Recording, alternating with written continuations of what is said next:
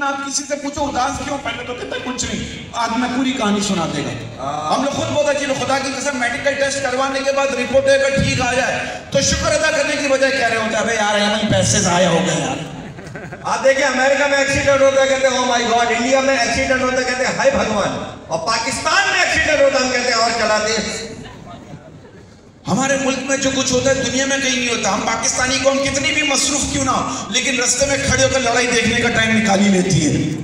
अब देखिए पाकिस्तान को बने हुए 76 ईयर्स हो गए और हमें अब तक ये समझ नहीं आ रहा हेलमेट सर पे रखना है या टंकी पे। अब देखिए मैंने पाकिस्तान की अक्सर दीवारों पर लिखा हुआ देखा है महबूब आपके कदमों में, कभी ये लिखा हुआ नहीं देखा बीवी आपके कदमों में। पूछो क्यों? क्यों? क्योंकि बाबा खुद शादीशुदा। अब देखिए मैंने किताबों में पढ़ा औरत कमजोर है, बाहर दीवार पे लिखा मर्द कमजोर है। ज़हनी तौर पे कमजोर है, नहीं मेरा ख्याल लिखने वाला कमजोर, लिखने वाला कमजोर है। देखिए ये ख्वातीन में मेरी बहनें भी बैठी है, क्या बात है, हमारी बहनों के लिए तालियां चाहिए, क्या बात है। मैं देखिए मैं हमेशा एक बात कहता हूँ, बड़ी एक लाइन है, छोटी सी लाइन है, मेरे रब ने औरत को इज्जत तोहफे में दी है, मर्द को कमानी पड़ती है। अब आप देखिए मेरे अल्लाह का कितना करम है, मेरे अल्लाह का कितना करम है, मेरे अल्लाह का कितना, मैं कहता हूँ सबसे बड़ा करम है इस दुनिया में, कितना बड़ा रुतबा दिया मेरे अल्लाह ने औरत को कि औरत रहमत बनकर आती है और जन्नत बनकर जाती है। वाह वाह वाह। अब आप देखिए ये तो बात हो गई। अब देखिए दोज़ख में कुछ औरतें मस्तियां कर रही थी, शैतान पूछ रहे कौन ही औरतें जो यहाँ पर भी बहुत खुश है। फरिश्ता कह रहा है ये पाकिस्तानी बीवियां हैं, यहाँ आते ही एडजस्ट हो गई कि नहीं बिल्कुल हमारे ससुराल जैसा माहौल है। अब देखिए शादी से पहले जिंदगी अलग होती है, शादी के बाद की अलग होती है। शादी से पहले जब आदमी घर से निकलता है दुआ मांगता है या अल्लाह मुझे अपनी हिफाजत में रखना, और जब घर पहुंचता है कहता है अल्लाह तेरा शुक्र है। लेकिन शादी के बाद सिचुएशन सो विल चेंज। शादी के बाद जब आदमी घर से निकलता है कहता है अल्लाह तेरा शुक्र है, और जब घर पहुंचता है कहता है अल्लाह मुझे अपनी हिफाजत में रखना। और हमारी पाकिस्तानी बीवियां जो है बच्चों से ज्यादा शौहर से मोहब्बत करती है। कैसे? वो कहीं भी बाहर जाते वक्त बच्चे को तो पड़ोसन के पास छोड़ जाएगी, लेकिन कभी शौहर को पड़ोसन के पास नहीं छोड़ेगी।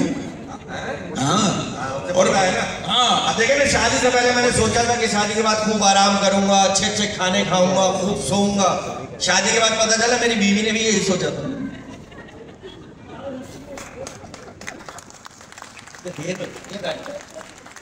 हमारी पाकिस्तानी बीवियां 5 घंटे और 20 मिनट बोलने के बाद कहती देखो मेरा मुंह मत खुलवाना। अब देखिए ना बीवियां जो है ना फरमाइशें बहुत करती है। मेरी बीवी मुझसे इतनी फरमाइशें करती है मेरा झगड़ा हो गया। मैंने कहा मैं जा रहा हूँ खुदकुशी करने के लिए, कहेंगे 2-3 सफेद सूट दिलवा दे, इद्दत के दिनों में क्या पहनूं।